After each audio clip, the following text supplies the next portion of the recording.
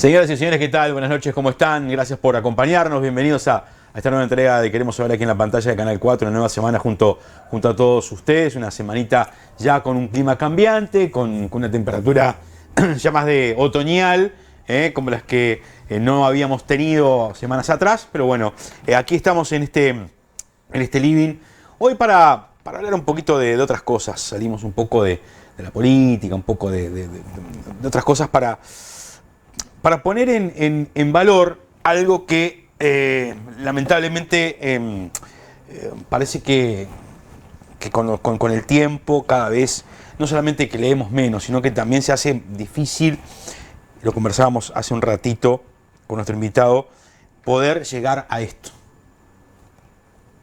a la publicación de un libro. Y sobre todo, cuando el contenido del libro, cuando el contenido de la publicación tiene todo un trabajo investigativo, todo un trabajo de años de ponerle pienso y cabeza a determinados temas.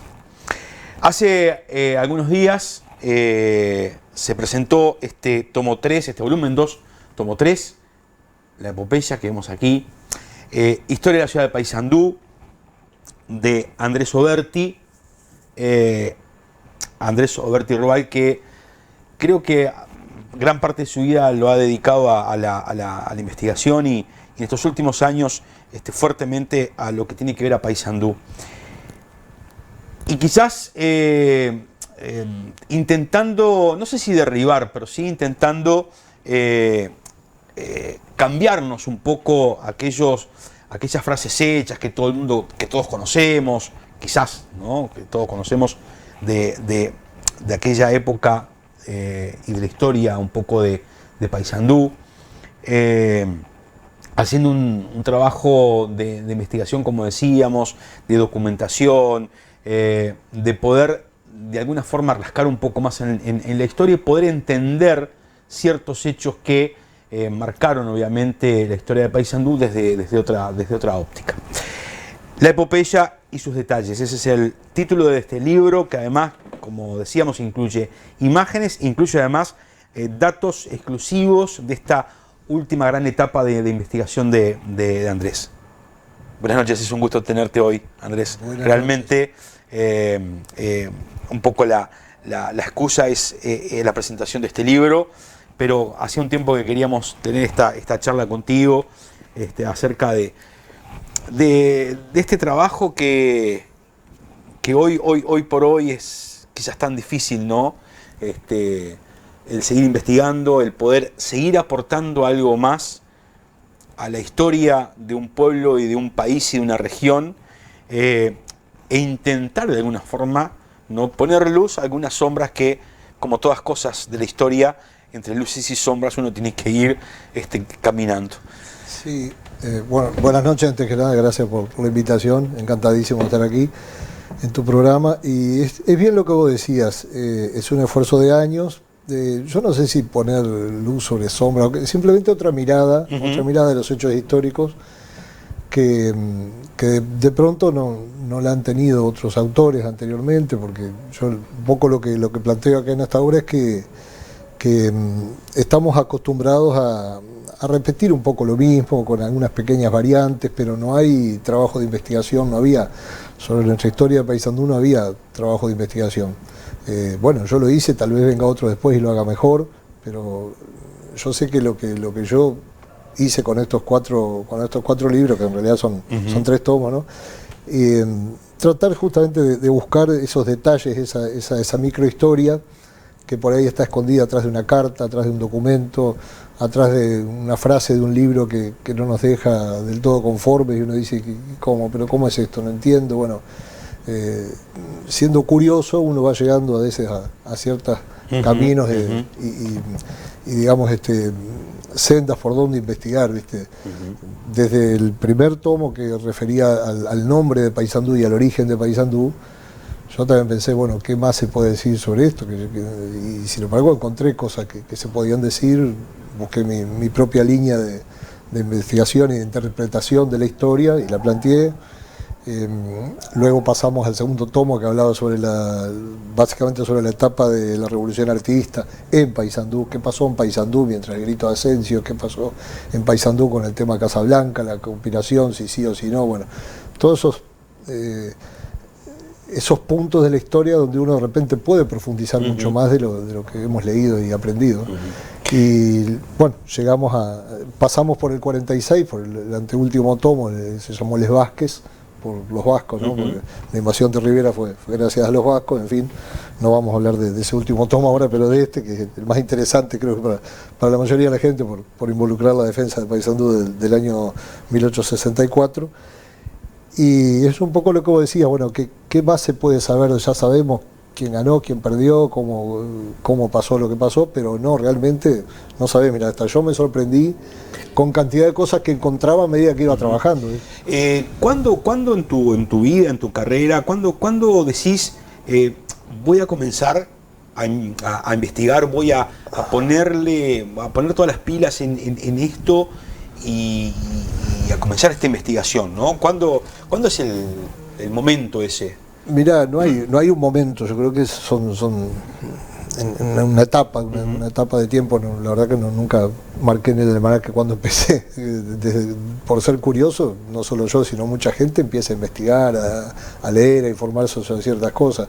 Es cierto que después que pasás una edad, por ejemplo, después que pasás los 60, por ahí decís, bueno, tengo más tiempo ahora y le hincas el diente a ciertas cosas. Bueno, yo profundicé lo que venía haciendo de la historia.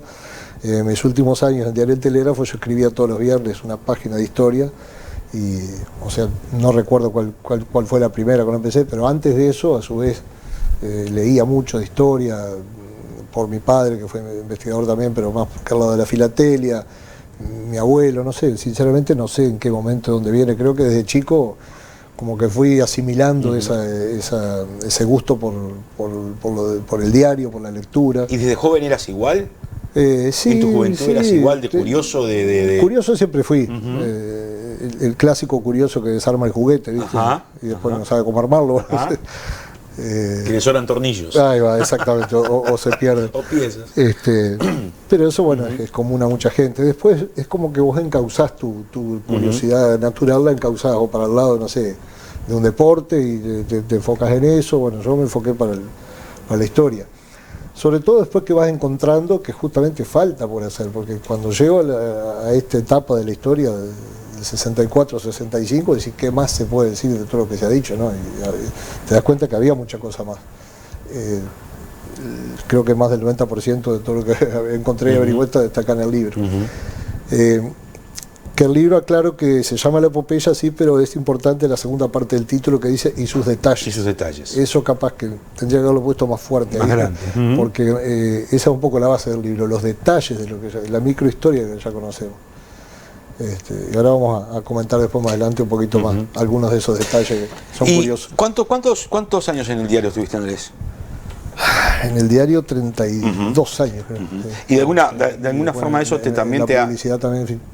Pero no vamos a hablar de mí, vamos a hablar del libro. No, está bien, pero a ver, sí, pero uno tiene su historia y uno ¿cómo también llega uno? Claro, exactamente, digo, de alguna forma, porque de alguna forma también los trabajos a uno lo marcan, ¿no? Y lo impulsan a hacer determinadas cosas.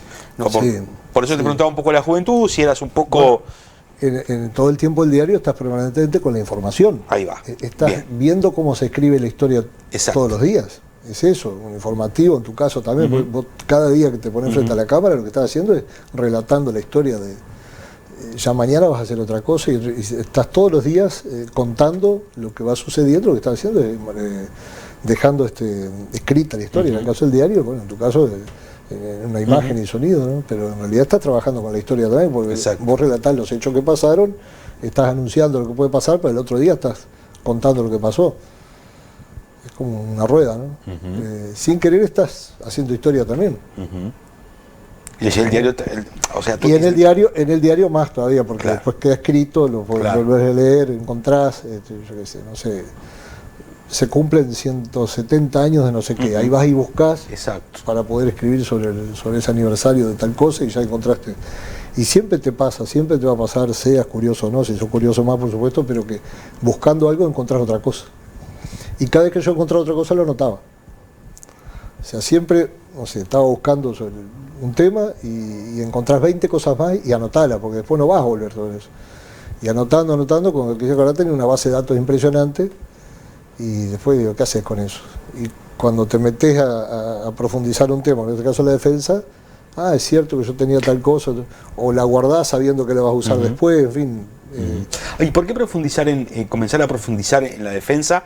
Algo que por allí, como vos decías, hay muchos escritos, muchos han escrito, muchos han hablado, muchos han dejado estampado parte de esta historia. ¿Por qué profundizar? Porque viste de alguna forma, o comenzaste a ver que había justamente algunos aspectos que había que investigar, o que faltaban, o datos que o faltaban o había diferencias. O sea, un autor te decía un dato, yo qué sé, no sé, la tregua, la famosa tregua que del día 9, 10 de diciembre, que hay una tregua que pasa la gente a la isla. Bueno, sobre esa fecha exacta había diferencia de autores.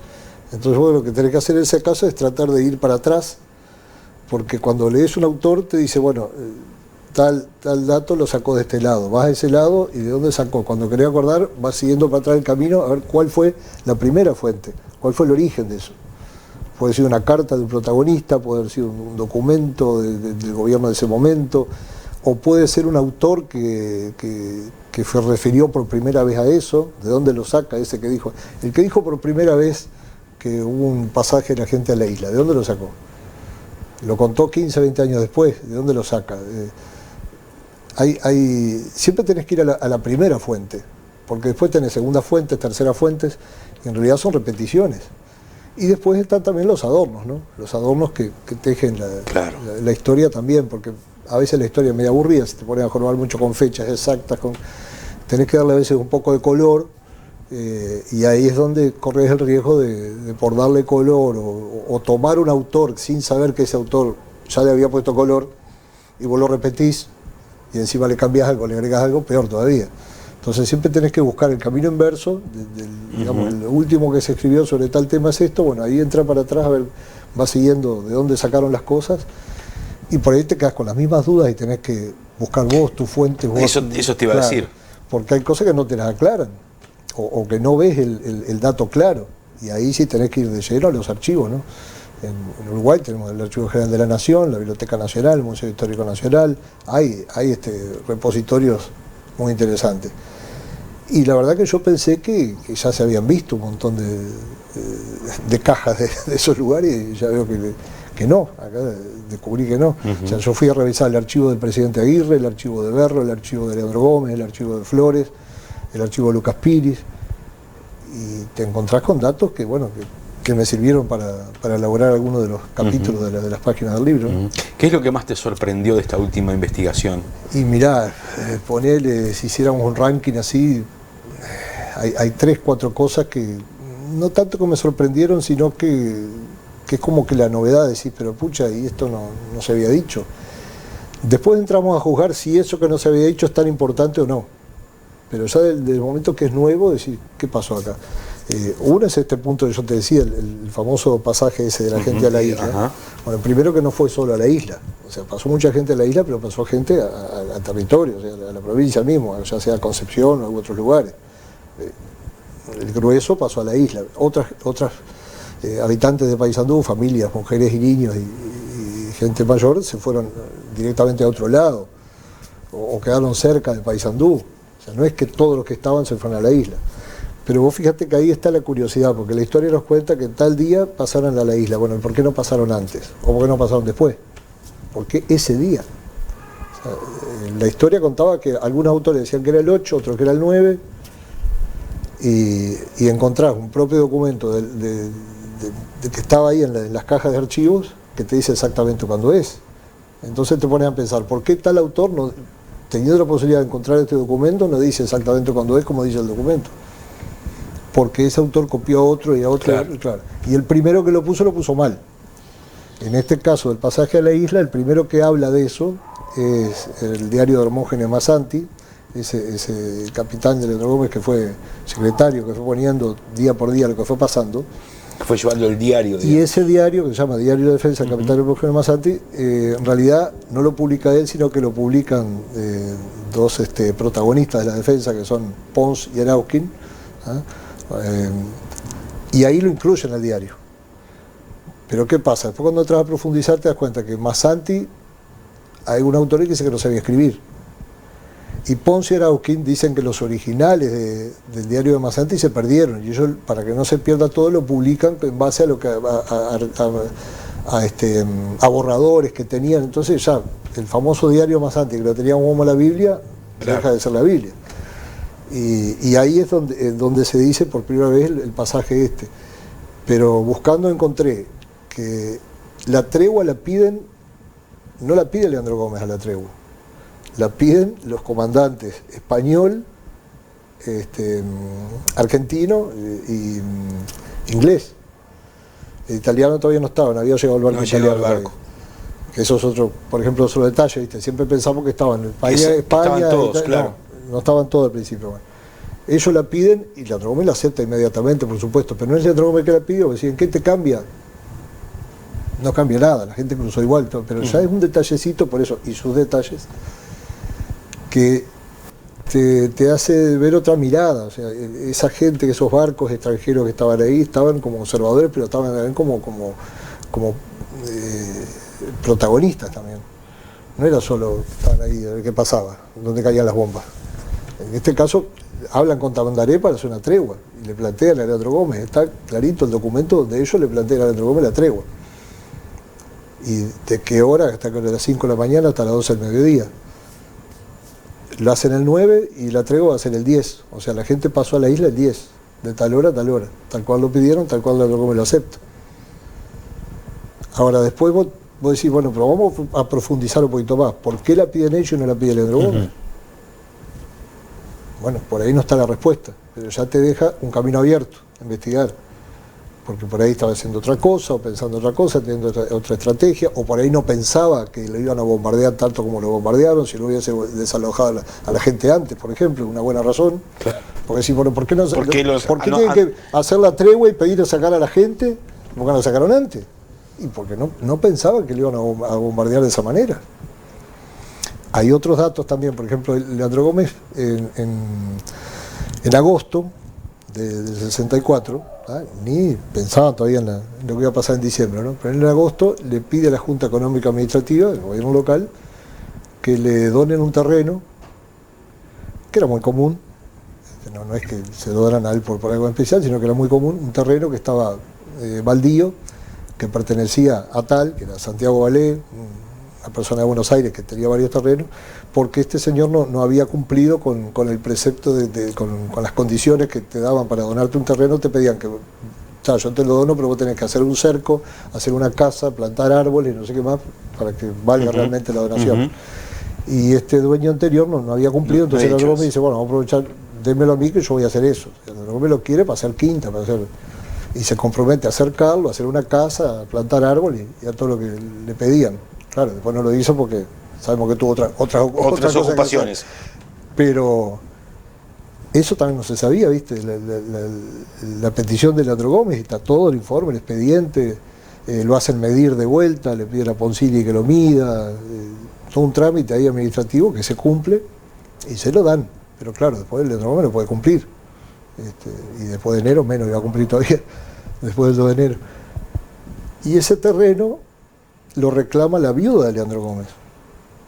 En el 66, en 1866, lo reclama la viuda, porque le pertenecía. Y resulta que cuando lo va a reclamar a la Junta ya se le había dado a otro, porque Leandro Gómez no había cumplido.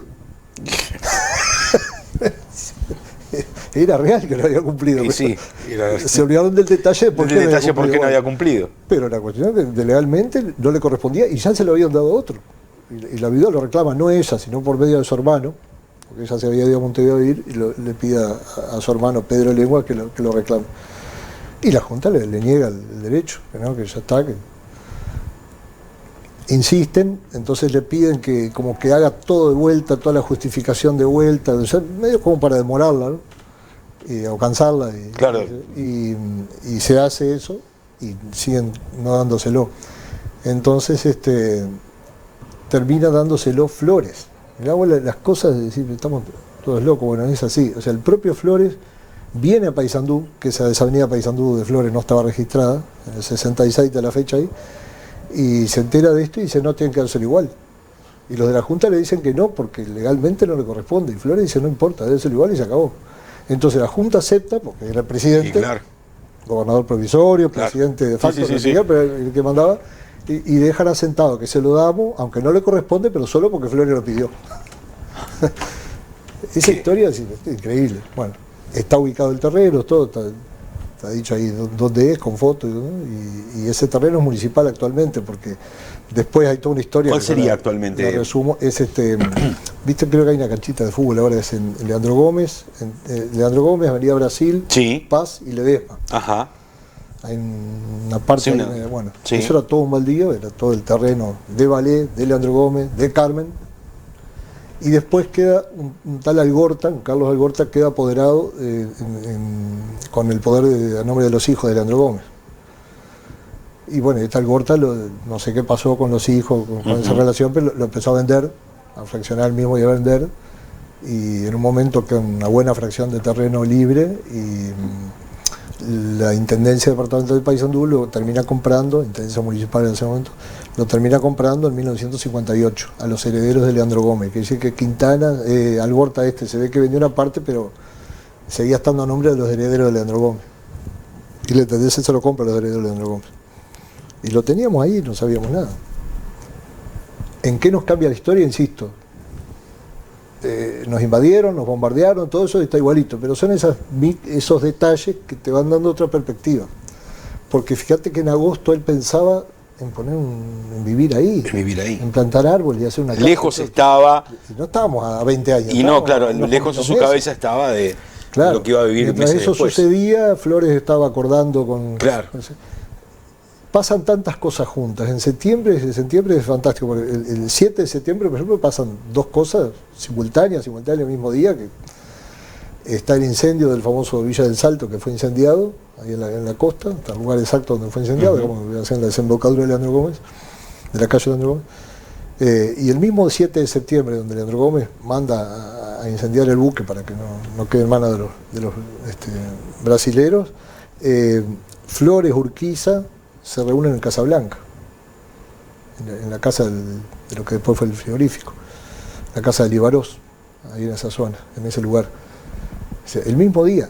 ¿Por qué? Porque Leandro Gómez le había pedido a Urquiza, unos pocos tiempos atrás, unos pocos meses atrás, le había pedido a Urquiza que hiciera algo, sabiendo que Urquiza no podía hacer mucho. Eso es otro tema también, que le reprochamos a Urquiza que no hizo nada, pero hay que ver si podía o no. Y Urquiza lo que hace es provocar esa reunión, aprovechando que Flores anda cerca, bueno, logra que se dé esa reunión, y ahí elabora una especie de plan para presentarle al presidente Aguirre, a ver, si podía. Era inaceptable, porque claro, lo que pedían era el oro y el moro y todos los parientes. Pero bueno, algo se hizo y hubo una reunión ahí. Eso también, ese dato, por ejemplo, no lo encontré yo, sino que me lo pasó una amiga, María Julia Burgueño, que lo encontró en Francia. Entonces, viste, vas tejiendo, esto me lo dio aquel, esto me lo comentó fulano, esto alguien te dijo buscando al lado, vos encontraste solo. Es una mezcla de varios caminos que se juntan. Ahí iba a apuntar Y Andrés. después tenés que ver cómo lo juntás y claro, cómo lo presentás. Claro, ahí va, ¿no? Porque, a ver, uno se imagina, o te imagina dentro de los archivos, buscando, viendo, haciendo contactos.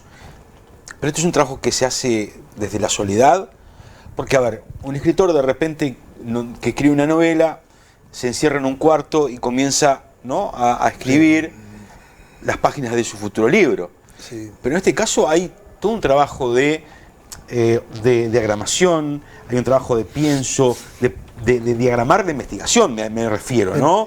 Claro, por dónde ir, a quién contactar. Muchas veces encontrás un camino errado, o te jugás por un camino y no encontrás nada, claro, y tenés que volver para atrás y cambiar de enfoque. A veces encontrás sin querer, de casualidad, estabas buscando algo, como te digo, encontraste otra cosa. Es muy variado, el proceso, un proceso multicausal, porque porque ya te digo, no es solo tu capacidad. ¿Y esto se aprende? Lo aprendes con la práctica. Porque uno dice lo aprendes con la investigador, práctica. historiador, Mira, uno... lo aprendes con la práctica. Ajá. Lo aprendes con la práctica, creo que 99% es práctica. Porque vos podés tener teorías de un montón, pero después cuando vas al llano, ¿viste? Ahí te das cuenta que es meterle horas y horas y horas, ¿no? Sobre todo porque, claro, nadie está tan interesado como vos en esa historia. Claro. Entonces, claro, vos vas a la Biblioteca Nacional, al Archivo General, sos uno más de miles que van a buscar, no sé. Para cada uno la historia, para mí era fundamental, pero para el funcionario que está ahí, le da lo mismo que sea eso, o que esté investigando de tus ancestros, que esté investigando la historia de torta frita, lo que sea. O sea, no. Es distinto ya en el ámbito de otros investigadores, también hay una especie de espíritu colaborativo también, porque vos, cuando vos entras en ese círculo, si ven que vos venís bien orientado y con un trabajo serio, o que pretende ser serio, ya también te entran como a respetar y a compartir información. Vos compartís también, porque yo te puedo estar dando un dato que vos precises para tu tema y vos me das un dato que es para el mío, y así podemos ir entretejiendo, ¿no? O ya que estás interesado en tal cosa, mirá, me parece que tendrías que hablar con tal, porque... Y ahí vas armando todo, ¿no? O sea, no es total mérito, uno no llega solo. Llegás acompañado de un círculo que no es muy abierto, pero sí es un círculo, diría yo, solidario en cuanto a compartir conocimiento también, ¿no? Porque no puedes saber todo de todo, ni escribir todo de todo. O sea, hay uno que se especializa, no sé, Atilio Garrido en la historia del fútbol, otro en la historia de la televisión y otro en la historia de Paysandú. Pero por ahí entre investigadores distintos podemos compartir experiencias o cosas, ¿no? También la pandemia jugó mucho porque bajó la cantidad de gente que atiende en estos lugares, ¿no? Como el Archivo General de la Nación, biblioteca, todo eso bajó mucho, después no volvió la misma gente, hay problemas de presupuesto, en fin, no es tan sencillo porque además menos de 380 kilómetros. El que está en Montevideo, a mí me pasó 1000 veces estar ahí buscando, de repente se viene la hora, mira que cerramos, pará que me falta ver esto, no cerramos, venga mañana, no, mañana no vengo porque me tengo que volver a Paysandú. Y volvés cuando podés, volvés a los 15, 20 días para tratar de ver ese librito que te faltó. Porque no te lo van a mandar a tu casa. O sea, al estar todo en Montevideo tenés que ir a Montevideo, tener paciencia, rapidez y paciencia, las dos cosas, porque tenés que aprovechar esas 5 o 6 horas. Aparte me imagino que tenés que ir con la cabeza ya sabiendo lo que vas a buscar. Sí, a veces te pasa eso y a veces no. A veces vos no sabés bien dónde buscar, entonces pedís que te traigan, no sé, la caja que pertenece a tanto y buscás. Te pasás 3 o 4 horas y no hay nada ahí. Y de repente te pasa al revés, que vas derecho y le pedís deme tal cosa y vas a encontrar. Entonces te dice que es muy variado, muy variado. Y tampoco vas a saber cuándo vas a terminar. Porque después tenés que ir poniéndole el broche a todo eso y tratar de cerrar la historia, si no queda permanentemente abierta. Y me pasó con esto, que hay amigos me dicen, no, pero te faltó esto, te faltó... Sí, claro que me faltó un montón de cosas. Pues no puedo seguir indefinidamente. Primero que no podés terminar un libro de 800 páginas. Si pones todo lo que no te debería faltar. Está orientado a ciertos detalles, ciertas cosas y un montón. Te decía eso de la isla, lo de la reunión en Casablanca, el famoso episodio del Villa El Salto, también está bastante contado, pero faltaban datos, faltaba la versión brasilera. Eso es otra cosa. En Brasil se está investigando mucho. A raíz de investigar mucho la Triple Alianza, terminan investigando mucho lo que pasó acá en Paysandú. Claro. Yo te iba a preguntar, en esto de la globalización, digamos, y en estos hechos históricos que involucran, digamos, no solamente a quienes estaban acá en el territorio, sino también en Argentina y Brasil. Paraguay. Inglaterra. ¿Cuánto? Claro, bueno, todo, contabas recién de que María Julia encontró documentos en Francia. Claro, sí. ¿Cuánto de contacto, digamos, ha habido a lo largo, no solamente de esta última publicación, sino que incluso de las anteriores, también contactos con...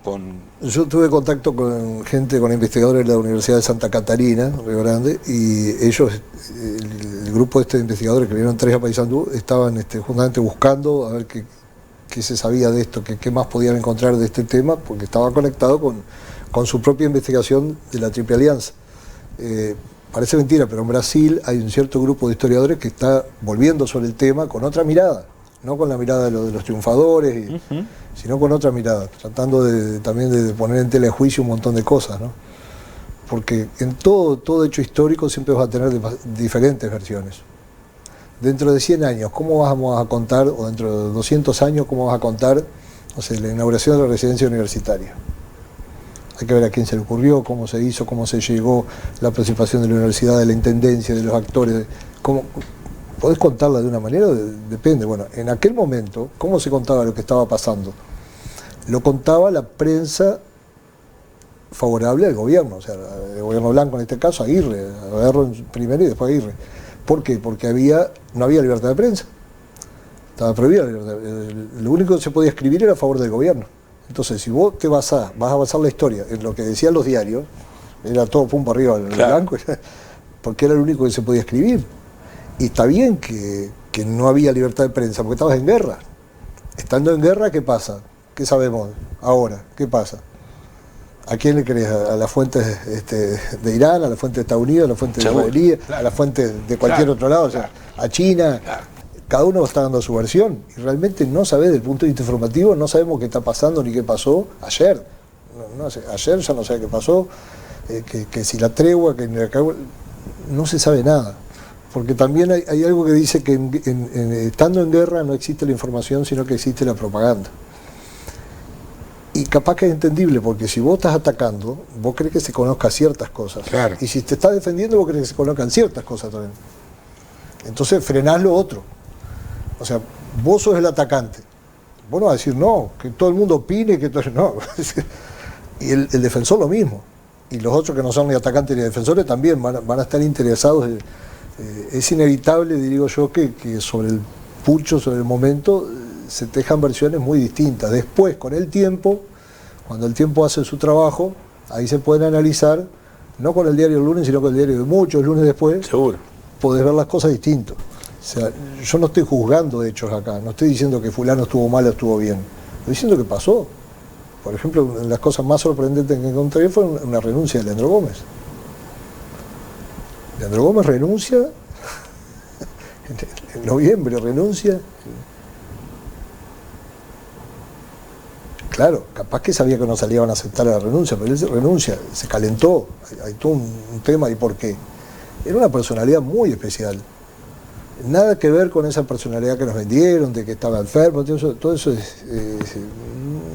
no quiero ser tan agresivo al decir mentiras, pero muy equivocadas esas versiones, que también para mí tienen su origen en unas versiones que dio el presidente sanducero, Lindolfo Cuesta, Juan Lindolfo Cuesta, que hace toda una versión de que Leandro Gómez estaba enfermo, y por eso no tiene sentido nada de todo eso que dice. Es mucho más complejo la trama de lo que pasaba en ese momento, de la puja de intereses que había, de la crisis del partido de gobierno en ese momento, crisis en parte por su propia conformación, de sectores radicalizados, otros de sectores moderados, crisis provocada por Flores, también por qué Flores hizo lo que hizo, por qué Flores invadió, tenés que ir a las causas de todo y entender un poco más. Sí, sí, ¿no? y entender también la región y los países vecinos, que tenían todos sus la intereses. presentación del Paraguay nos iba a ayudar, al final no vino nadie, ¿por qué? Porque no lo dejaron pasar, y la gente... Hay muchas historias que son leyendas, ¿viste? Y después cuando entras a tejer un poco te das cuenta que es distinto, que es más interesante, porque ojo, no le quita nada de interesante, las cosas que yo ubico en su justa medida, no le bajan el precio a la defensa, al contrario, la valorizan en su justa medida y en su justo precio, que es altísimo, altísimo. Exacto. Con Andrés Uberti estamos conversando esta noche en esta charla, esta rica charla, por cierto, sobre la epopeya y sus detalles, este volumen 2 del tomo 3 de esta historia de la ciudad de Paysandú, un poco para conocer un poco más nuestra historia. Muy breve la pausa y ya seguimos.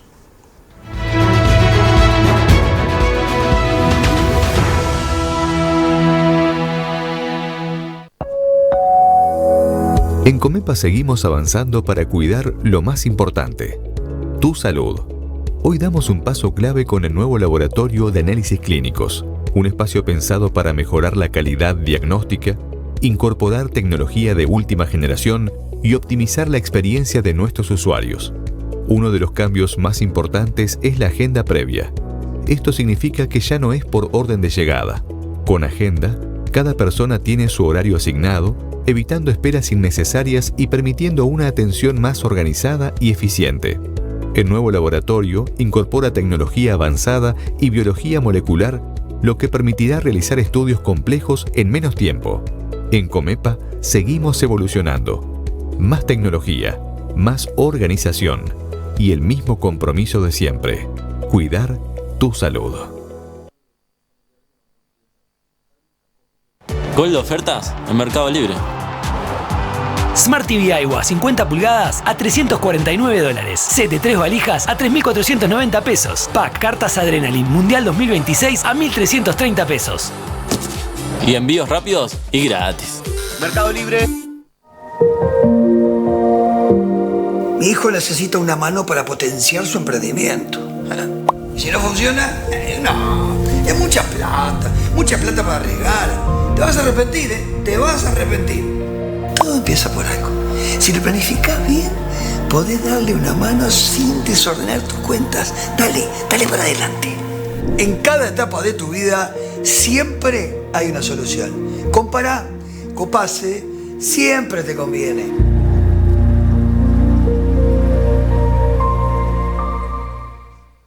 Hay un nuevo Electrogolf, más grande, más variedad de artículos, audio, video, electricidad y amplia gama de electrodomésticos, pero mantenemos la misma excelente atención. Por eso, como te decimos siempre, preguntale a Tico. Electrogolf, Independencia 960, teléfono 472-20283, celular 099 72 77 17.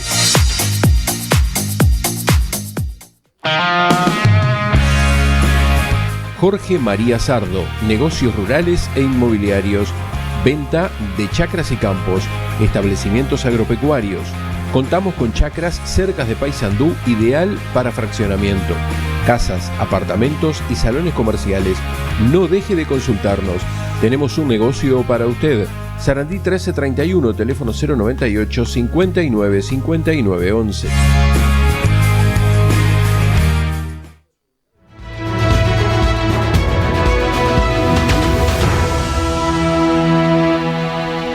...46 minutos pasaron de las 21, estamos en vivo a través de la pantalla de Canal 4. ¿Cuánto importa, Andrés, el poder entender nuestro pasado para también entender el presente? ¿O cuánto aquel pasado ha repercutido en el paysandú de hoy? Vos que lo has vivido no solamente desde el punto de vista de la historia, sino también desde la vivencia de la información a diario, digamos, por así decirlo. ¿Cuánto realmente? Yo creo que mucho. No te podría poner un porcentaje. No, pero sí, la palabra es mucho, sin duda, la respuesta. Influye mucho saber qué pasó, te diría ayer, porque 160, 170, 200 años no es nada. En la historia no es nada. En la historia de un país no es nada. Somos un país con una riquísima historia, pero en general, pero no está tan estudiada. Incluso Artigas mismo, la Revolución Oriental, los 33 orientales, todas estas temáticas, las batallas de Sarandí, la batalla de las Piedras, no está tan estudiado como debería estar. En parte porque pasó hace poco. Entonces también hay que dar tiempo a que se generen las diferentes interpretaciones, a que las polémicas deriven en nuevos resultados. Yo creo que también, no es lo mismo escribir la historia de una zona que tuviera, China. La historia de China son miles y miles de años. Bueno, es distinto. Nosotros somos muy jóvenes, digamos. Una república que tiene poco... Porque tampoco cuentes desde 1830, porque fíjate que pasó toda la Guerra Grande, todo el desastre que fue la Guerra Grande, como que después de la Guerra Grande ahí recién agarramos. Bueno, entonces camino. No son tantos años tampoco. Claro. Claro, porque eso yo te preguntaba, y hoy lo conversábamos fuera de cámara, de que uno viendo el material y conversando con Andrés, uno se pregunta muchas veces si este tipo de materiales, tanto como quizás otros que no son novelescos, digamos, que son un trabajo de investigación y avalado por los documentos correspondientes y demás, no deberían estar en las bibliotecas y ser parte de no sé si de la currícula, pero sí ser insumo de los centros educativos. Y un poco Andrés me daba una respuesta bastante bastante interesante, ¿no? Sí. Sobre eso. No se enseña como se debería enseñar. No me refiero, cuando digo cómo se debería enseñar, no me refiero a qué tipo de cosas debería enseñarse, sino que en la cantidad que debería enseñarse, con la intensidad, claro, o con la asiduidad. O sea, no es un tema muy habitual en la enseñanza, Sí, porque por ahí a los que determinan que hoy creo que está más libre. Cada profesor tiene un margen de elegir un poco los temas según el año también, pero creo que el problema está en qué vas a enseñar, porque ¿qué le vas a enseñar, chiquilín? ¿Que eran 33 orientales o que eran 40 o que eran 3? Si ni siquiera pudimos contar bien. Claro. ¿Te acuerdas del libro de AFA de Tinelli? Sí. Que eran 40 votos, no sé, sí. No pudieron contar 40 votos, bueno, nosotros no pudimos contar 30 y algo, no lo contamos y ya está, no se contó bien en su momento y nunca más. Y entras a escarbar, bueno, los historiadores del ejército en los años 40, 50 trabajaban muy bien esas temáticas, tenían el material, tenían los archivos de todo, y bueno, no llegaron a ninguna conclusión, al contrario. ¿Sabes cuántas listas de los cruzados hay? 17 listas hay, 17 posibles listas, y una está firmada por Oribe, otra está firmada por Lavalleja, otra a esta altura ya es imposible. Entonces podés hablar de un mínimo y de un máximo de participantes. Bueno, pero enseñemos eso. No enseñemos que eran 33, enseñemos que hay 17 listas, veamos cuáles son las 17 listas, por qué, quiénes se repiten, qué nombre, cuál falta acá, esta lista quién la originó, esta lista que... ¿Cuándo nace el tema de saber cuántos eran? Al poquito tiempo, en el 27, cuando Buenos Aires, que eran 8 gobiernos, 26, 27 era Buenos Aires, 8 gobiernos, quiere dar un premio a los que cruzaron. Entonces le piden a quién, a Lavalleja y Oribe. Claro. Vamos a los jefes, bueno, pasame la lista de quiénes eran. Y ahí aparece la primera lista. Después aparece otra segunda, no, faltaba faltaba fulano, y ahí se armó. O sea, para poder pagar el premio a las viudas o a los hijos de esa gente o a esa misma gente sobreviviente. Y ahí ya arrancamos con las diferentes listas. Es fascinante, o sea, saber exactamente, no te digo porque nunca capaz llegás a la verdad exacta, pero lo más cercano posible, averiguar estos detalles, esta microhistoria. Las mujeres de Paysandú, que ya han sido tocado el tema, las mujeres de defensa, estos son posteriores a la defensa. Las viudas organizan, sobre todo 4 o 5 de las González, ahí están todas emparentadas, hay un núcleo duro de 6 o 7 mujeres, que se prometen a sí mismas hacer una procesión, digamos una procesión a la Virgen, cuando se cumpla un año. O sea, en diciembre del 64 pasó todo, bueno, ellas en diciembre del 65 iban a hacer una procesión pidiéndole por los muertos y demás, pero no la pueden hacer porque querían que viniera el obispo y el obispo iba a venir en diciembre del 65 pero no vino, postergó un año la visita, entonces ellos postergaron un año la procesión y la hacen en diciembre del 66. Y hemos tenido en Paysandú oportunidades de esos momentos en que todos nos juntamos, el caso de David Fren, el caso de, me acuerdo cuando la crisis del 2012, momentos que Paysandú dice, no, somos todos, bueno, esto pasó lo mismo. Fue la primera gran manifestación, estaba todo el pueblo, dice, cercano a 4.000 personas, que eran todos, niños, grandes, mayores, colorados, blancos, todos, y todos fueron en procesión hasta el cementerio, llevando a la Virgen en andas, y con el obispo y con todos, por un camino que no era fácil de transitar.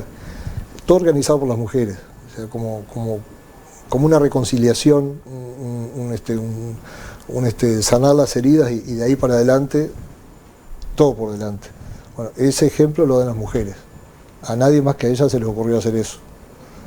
Y dice que fue tremenda esa procesión, por decirle, lo relatan un diario colorado. Mirá. Relata que fue emocionante ese momento, imagínate toda esa gente yendo en silencio, fue tremendo. Esos detalles, que no podemos perdernos esos detalles de nuestra rica historia. Después entras a los otros, bueno, ¿cuántas eran? ¿Cuántas balas? ¿Cuántos cañones? Podemos discutir una vida. Para tratar de aclararlo, yo fui a los documentos también. O fui a hablar con gente que sabe, he hablado con gente del ejército, con artilleros, con especialistas en historia militar, estos especialistas en batalla, todo eso, bueno, te dan otra perspectiva, ¿viste? O sea, y cosas que se repetían, no sé, tal día tiraron 2.000 balas.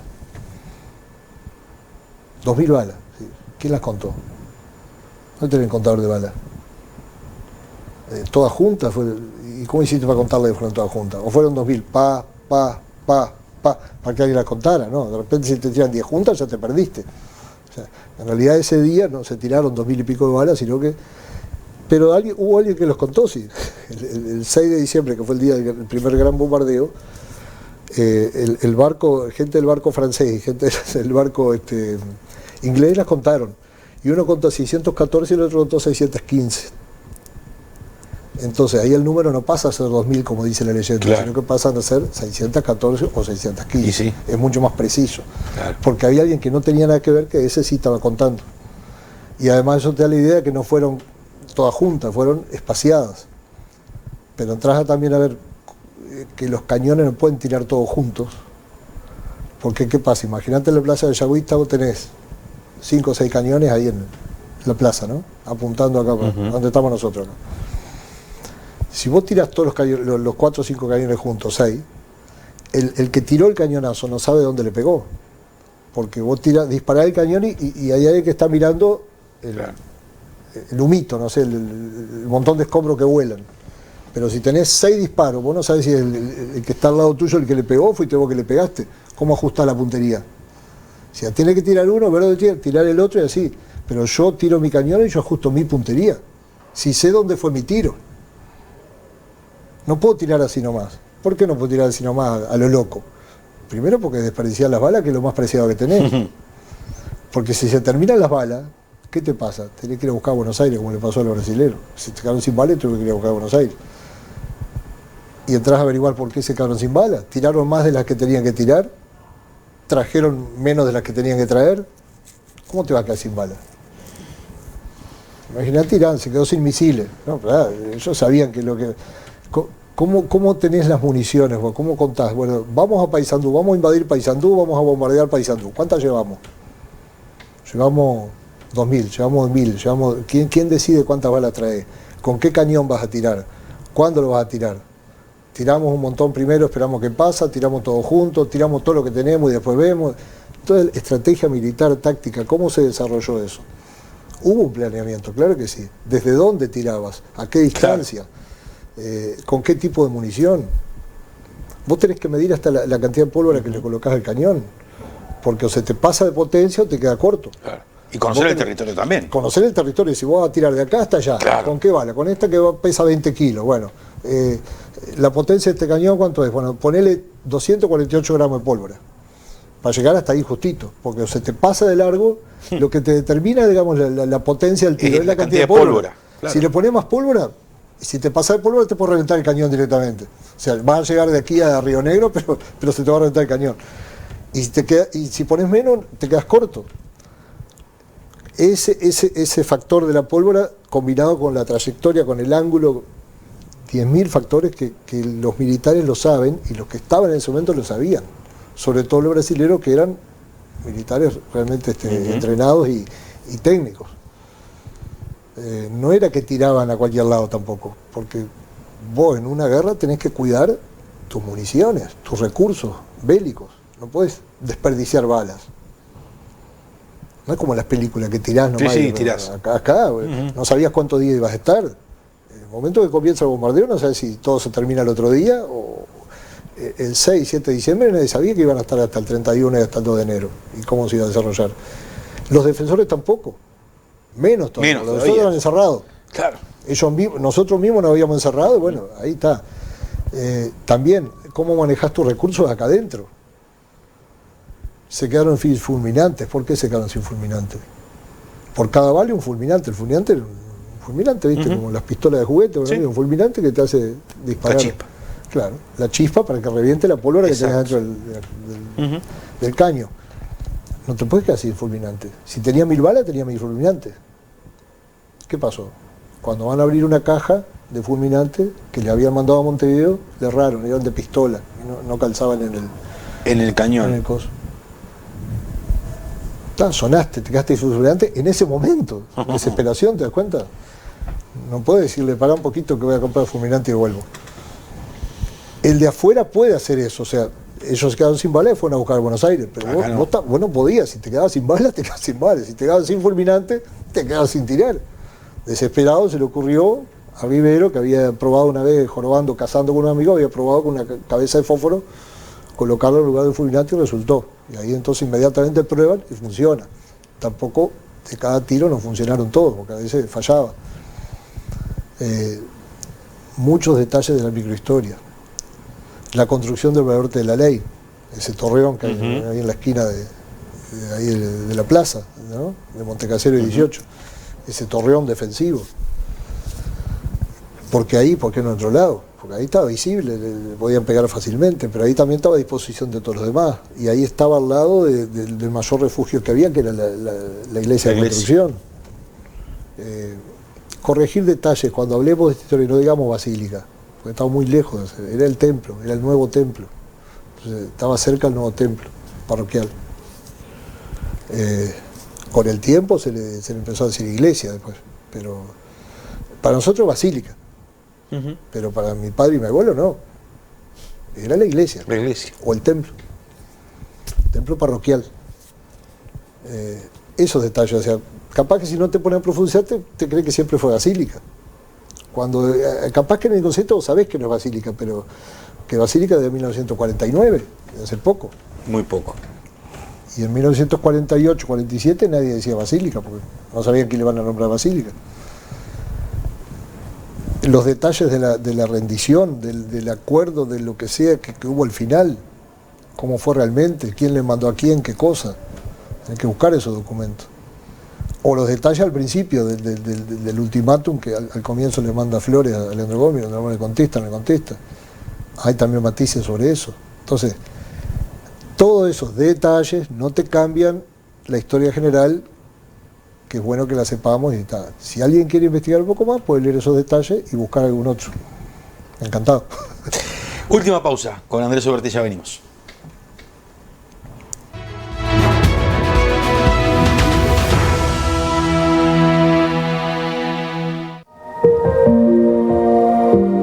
Mi hijo necesita una mano para potenciar su emprendimiento. Si no funciona, no. Es mucha plata para regalar. Te vas a arrepentir, te vas a arrepentir. Todo empieza por algo. Si lo planificas bien, podés darle una mano sin desordenar tus cuentas. Dale para adelante. En cada etapa de tu vida siempre hay una solución. Compará, Copase, siempre te conviene.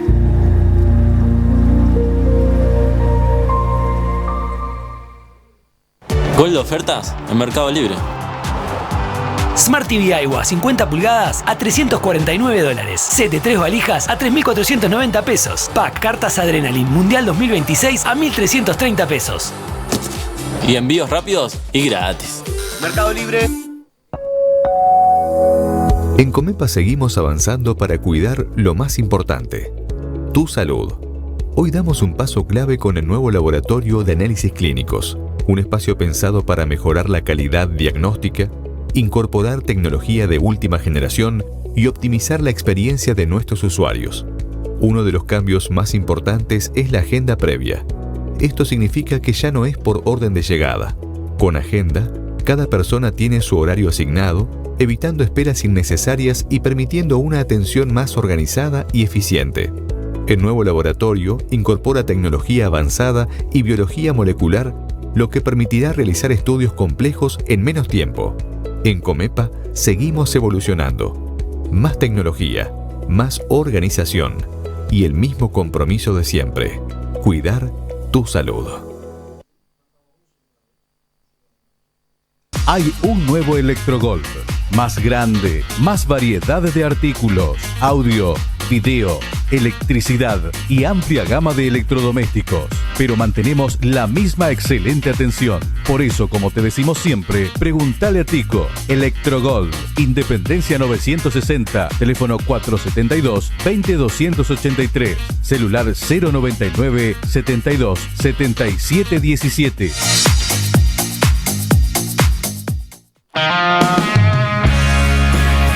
Jorge María Sardo, negocios rurales e inmobiliarios, venta de chacras y campos, establecimientos agropecuarios. Contamos con chacras cercas de Paysandú, ideal para fraccionamiento, casas, apartamentos y salones comerciales.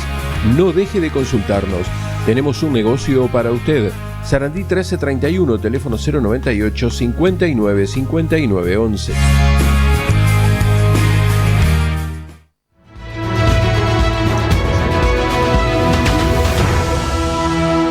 Colorado no tiene que ver Partido Colorado.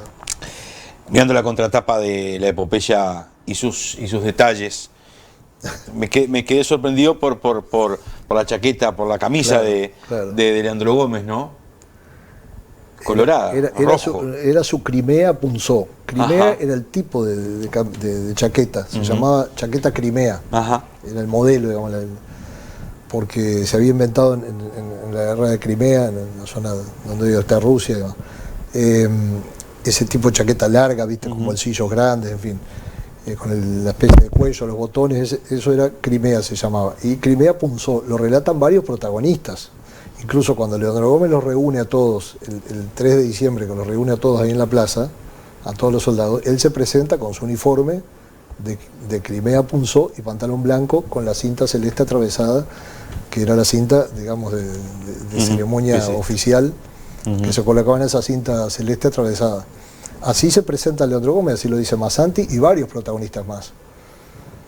Lo que pasa es que, claro, capaz no nos gusta Leandro Gómez con la Crimea colorada, pero no tiene que ver con el Partido Colorado. Claro, sí, era sí, el color federal. Claro. ¿Cómo eran los soldados federales? Todo rojo.